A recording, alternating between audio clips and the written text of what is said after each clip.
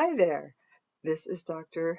Eve Ruiz, owner of SpiritSpeaks MD YouTube channel, and I am so happy that you're here to listen to channeled words of guidance from Spirit. This is the 88th episode of Manifest Your Best, where you can tune in for tips on manifesting your best love life, manifesting your best tomorrow, manifesting your best new home, the best for your best life. If you'd like to know more about my personal background as a retired physician who has turned metaphysician, you can read the description for this video. The abbreviated version is that as far back, just about as I can remember, to about 1.5 years old, I've been having visions or abilities to change my dreams and the ability to read energies. Of course, when I was a child, I didn't know it was called reading energies. As I grew up, I was told to keep this on the down low because I have been raised Christian, and Christians may think that when you hear from angels and receive input from spirit, something might be awry. Although, really, how valuable is communicating with spirit if it's only one way, right? When I found out that I wasn't going deeply enough as an adult trained in both psychiatry and family medicine, that I could be using my metaphysical talents to help heal, I have never for one day looked back. I use my training in both Eastern and Western healing methods to help you.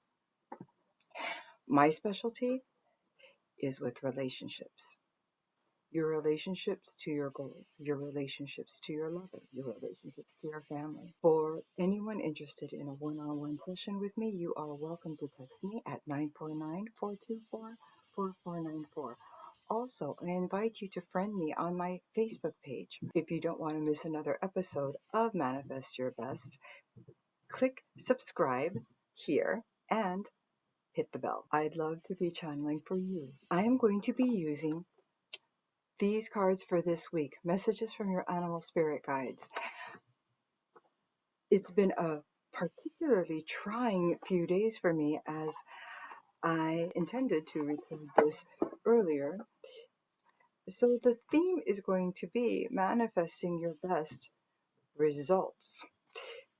Even when hour after hour you are beset with new challenges. For me, in brief, it went from cell phone challenges, which after spending hours with customer service and going to my phone store, still not resolved. Then from there, I walked into car challenges. From there, walked into other challenges without break. And yet, I am still determined to get this video out. Here I am, pulling 3 cards for us, asking this question. When we are beset with one fire after another to put out, how do we get to the resolution we need so we can get to our result? Spirit knows who is going to be watching this.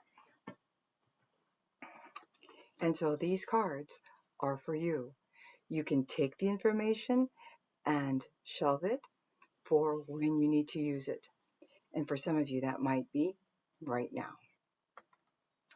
The first bit of advice is from the Weasel card, and it says, be silent, pay attention, and simply observe with your eyes, ears, and physical feelings what is happening inside and all around you. Of course, good advice to be more aware rather than turning inward and asking with frustration, why me? Rather, let's delve more deeply into, what's really going on here, and what can I respond to? How shall I prioritize what my next step is? The second card is the Boar card, and this one says, face your problems head on with confidence and courage, and you will emerge victorious. Now, this does not mean that you cannot worry or be frustrated or disappointed or have fear. All of those sensations we have been endowed with as wondrous souls in human form. And they allow us then to better process what's going on so that we can problem solve and move ahead.